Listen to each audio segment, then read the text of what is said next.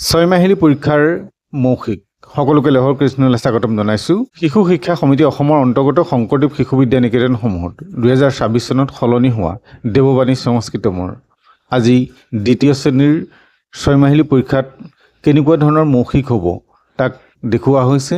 ইয়াত অসমীয়া, হিন্দী, ইংৰাজী তিনিটা ভাষাতে উত্তৰসমূহ দেখুওৱা হৈছে। যিহেতু ইয়াত মৌখিকত প্ৰশ্ন সোধা হয় আৰু জীৱ জন্তুৰ নাম দিয়া হয়, সেইকাৰণে তিনিটা ভাষাতে দিয়া হৈছে। ভিডিঅ'টি আৰম্ভণিৰ পৰা শেষলৈকে চাবা। মই ভাবিছোঁ ইয়াৰ পৰা তোমালোক বহু উপকৃত হ'ব পাৰিবা। প্ৰথমতেই দিয়া হৈছে পশুৰ নাম সংস্কৃত, হিন্দী, ইংৰাজীত। ধেনুহু বা গো, গাই, কাউ। অশ্বহ হিন্দীত কোৱা হৈছে ঘোঁৰা, ইংৰাজীত হৰ্চ। গজাহা হস্তি, হিন্দীত কোৱা হৈছে হাতী, এলিফেণ্ট। সিংহ হিন্দীত কোৱা হৈছে শ্বেৰ, লায়ন। ব্যাঘ্ৰহ হিন্দীত কোৱা হৈছে বাঘ, ইংৰাজীত টাইগাৰ। অজহ বকৰা, গট। কুকুৰহ বা শানহ হিন্দীত কোৱা হৈছে কুত্তা, ইংৰাজীত কোৱা হৈছে ডগ। মাৰ্জাৰী বিৰালহ হিন্দীত কোৱা হৈছে বিল্লী, ইংৰাজীত কেট। উষ্টহ উণ্ট, কেমেল। বানৰহ বন্দৰ, মংকি। এইখিনি এনেধৰণে কোৱা হৈছে। ইয়াৰ পিছতে আহিলে চৰাই নাম অৰ্থাৎ পক্ষীৰ নাম।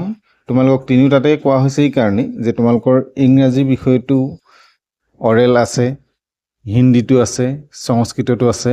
গতিকে এইখিনি তোমালোকে তিনিওটা ভাষাত জানি থ'লে তোমালোকৰ তিনিওটা বিষয়ৰ কাৰণে সুবিধা হ'ব। চৰাইৰ নাম কাকহ, কোৱা, ক্ৰৌ। ময়ূৰহ মূৰ, পিকক। চুকহ তোতা, পেৰট। বকহ বগুলা, হিৰণ, ষ্টক। শতকহ শতকা, গৌৰীয়া অৰ্থাৎ স্পেৰো। উল্লুকহ উল্লু, ঔল। হংসহ হিন্দীটো হংস বুলি কৈছে সোণ। কপুতহ হিন্দীত কোৱা হৈছে কবুতৰ, পিগন। কোকিলহ বা পিকহ কোয়ল, কৌকহ। শ্বেনহ হিন্দীত কোৱা হৈছে বাজ, ফেলকন বা হাউক। ইয়াৰ পাছতে আহিম সংস্কৃত ভাষাত কেনেধৰণে কথা বাৰ্তা পতা হয় অৰ্থাৎ বাৰ্তালাপ। ইয়াতে হিন্দীটো দেখুওৱা হৈছে। গতিকে তোমালোকে কেনেধৰণে কথা বতৰা পতা হয়, কি লিখা হয় সেইখিনি চাবা। সংস্কৃত, অসমীয়া আৰু হিন্দী। আপোনাৰ নাম কি অৰ্থাৎ তোমাৰ নাম কি? ভৱতঃ বা ভৱত্যাহ নাম কিম, হিন্দীত কোৱা হৈছে আপকা নাম ক্যা হে। মোৰ নাম বুলি কৈ নিজৰ নামটো ক'ব লাগিব অৰ্থাৎ মম নাম ৰমেশহ, কৃষ্ণহ বা যিকোনো তোমাৰ নিজৰ নামটো ক'বা। হিন্দীত মেৰা নাম, নিজৰ নামটো কৈ হে। আপুনি কেনেকুৱা আছে অৰ্থাৎ আমি যে কওঁ তোমাৰ ভালনে। ভৱান ৱা ভৱতী কথমস্তি, হিন্দীত কোৱা হৈছে আপ কেছে বা কেছি হে। অহং কুশলী বা কুশলিনী অস্মি, হিন্দীত কোৱা হৈছে মে ঠিক হওঁ। ধন্যবাদ, ধন্যবাদ, ধন্যবাদ। নমস্কাৰ সংস্কৃতত কোৱা হৈছে নমস্তে বা নমস্কাৰ, হিন্দীত কোৱা হৈছে নমস্কাৰ। পুনৰ লগ পাম, পুনৰ মিলামহ, হিন্দীত কোৱা হৈছে ফিৰ মিলেংগে। আপুনি কলৈ গৈ আছে? ভৱান ভৱতী কুত্ৰ গচ্ছতি, আপ কাহা যা ৰহে হে। মই ঘৰলৈ গৈ আছোঁ। অহং গৃহং গচ্ছামি, হিন্দীত কোৱা হৈছে মে ঘৰ যা ৰহা হুঁ। মাফ কৰিব, আমি যে কওঁ ক্ষমা কৰিব, ক্ষম্যতাম, মুজে ক্ষমা কৰে, মাফ কিজিয়ে, এনেধৰণে। ইয়াৰ পাছতে আহিছোঁ আমি এতিয়া বিদ্যালয়ত কোনকেইটা প্ৰশ্ন সুধিব বুলি আমাৰ চিলেবাছত দিয়া আছে, কোনখিনি কথা সুধিব সেই কথাখিনিলৈ আহিছোঁ। ইয়াত এতিয়া যিখিনি খালী ঠাই দেখুওৱা হৈছে সেই খালী ঠাইখিনিত নিজৰ নাম, মাক দেউতাকৰ নাম এইখিনি সম্পূৰ্ণ নিজৰ ব্যৱহাৰ কৰিব লাগিব, সেইটো চাবা। ভৱতঃ নাম কিম, মম নাম বুলি কৈ নিজৰ নাম। ভৱতঃ জনকস্য নাম কিম, মম জনকস্য নাম, ইফালে নামটো লিখিবা।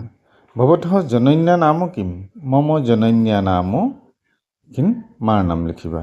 ভৱতঃ বা ভৱত্যা নিকেতনস্য নাম কিম, अस्माकं निकेतनस्य नाम शंकरदेव शिशु विद्या निकेतन বুলি কৈ নিজৰ নিকেতনখনৰ নামটো ক'বা ভৱতঃ বা ভৱত্যা নিকেতনस्य প্ৰধান আচাৰ্যस्य নাম কিম अस्माकं निकेतनस्य प्रधान आचार्यस्य नाम श्री বা মান্যে বুলি কৈ প্ৰধান আচাৰ্যৰ নামটো ক'বা ভৱতঃ সংস্কৃত আচাৰ্যस्य नाम किम अस्माकं সংস্কৃত আচাৰ্যस्य नाम শ্ৰী বুলি কৈ সংস্কৃত আচাৰ্যৰ নামটো ক'ব লাগিব ভৱতঃ কক্ষা আচাৰ্যस्य नाम किम अस्माकं কক্ষা আচাৰ্যस्य नाम বুলি কৈ শ্ৰেণী আচাৰ্যৰ নামটো ক'বা ভৱান কহ অহং ছাত্ৰঃ ভৱান কক্ষায়াং পঠতি অহং দ্বিতীয় কক্ষায়াং পঠামি এনেকুৱা ধৰণৰ প্ৰশ্নই হ'ব লগতে তোমালোকৰ বন্দনাটো তমেব মাতাছ